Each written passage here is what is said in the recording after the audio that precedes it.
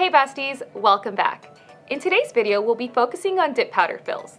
A lot of people think that you need to remove the previous set before starting a new one.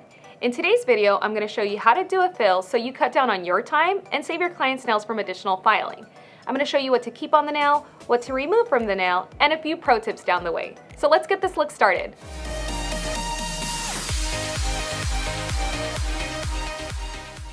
The color I'll be using today is Bear With Me. I'll also be using my dipping essentials, which are Bond, Base, Seal Protect, Top Coat, and Nourish Oil. I'll also be using clear powder and my recycling system. Okay besties, let's get started with our fill. I have my client here with about 3 weeks worth of growth.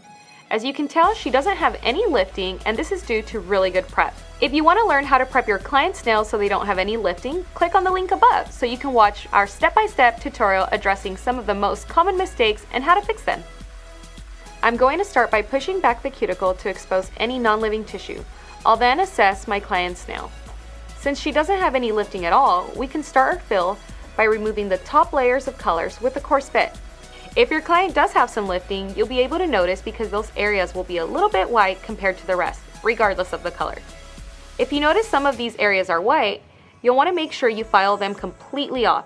If you don't, there may be air pockets underneath your fresh new dip powder set, and it will cause damage to the nail bed, so make sure you get rid of all these lifted areas. In case you guys are wondering, the color she previously had was Pink Petal, which is a beautiful sparkly pink with small shimmers. So cute, right?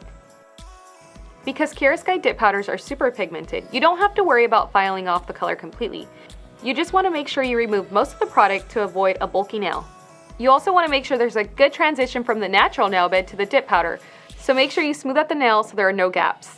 I know this can be a bit confusing, so I drew up a little graphic here to show you what I mean.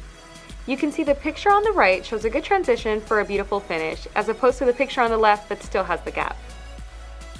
You want to prep the nail including the exposed nail bed so the product adheres properly. I'm going to use a medium grit sanding band and gently go over the area where the natural nail is exposed, as well as the rest of the nails, so we get that transition we talked about. This is going to create a rough surface for our new dip powder to adhere.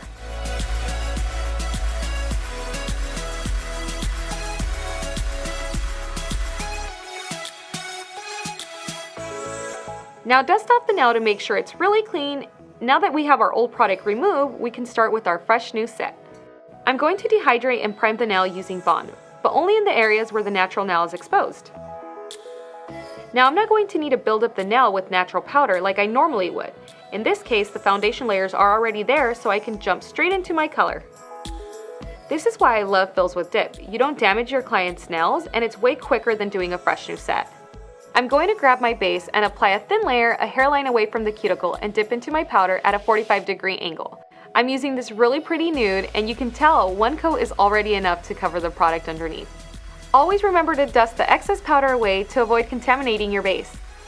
Now I'll do another thin layer of base, this time covering the entire nail but still avoiding touching the skin. Then I'm going to dip at a 45-degree angle once more and dust off the excess powder. That's it for our color besties. It's time to encapsulate and protect our fresh new set. For this I'll use my trusty recycling system. I use this thing with every dip powder manicure because it helps me keep my clear powder as clear as can be. I'm going to pour my clear into the first little tray and have it ready. Then I'll apply a thin layer of base over the entire nail and pour the clear over the top. Dust, dust, dust, and remove all the excess powder. Now we're ready to seal and activate our new powder. Liberally apply the Seal Protect and allow it to activate and dry completely. You'll know it's dry and ready when you tap on it and hear that clicking sound. Next steps are filing, shaping, and buffing the nail.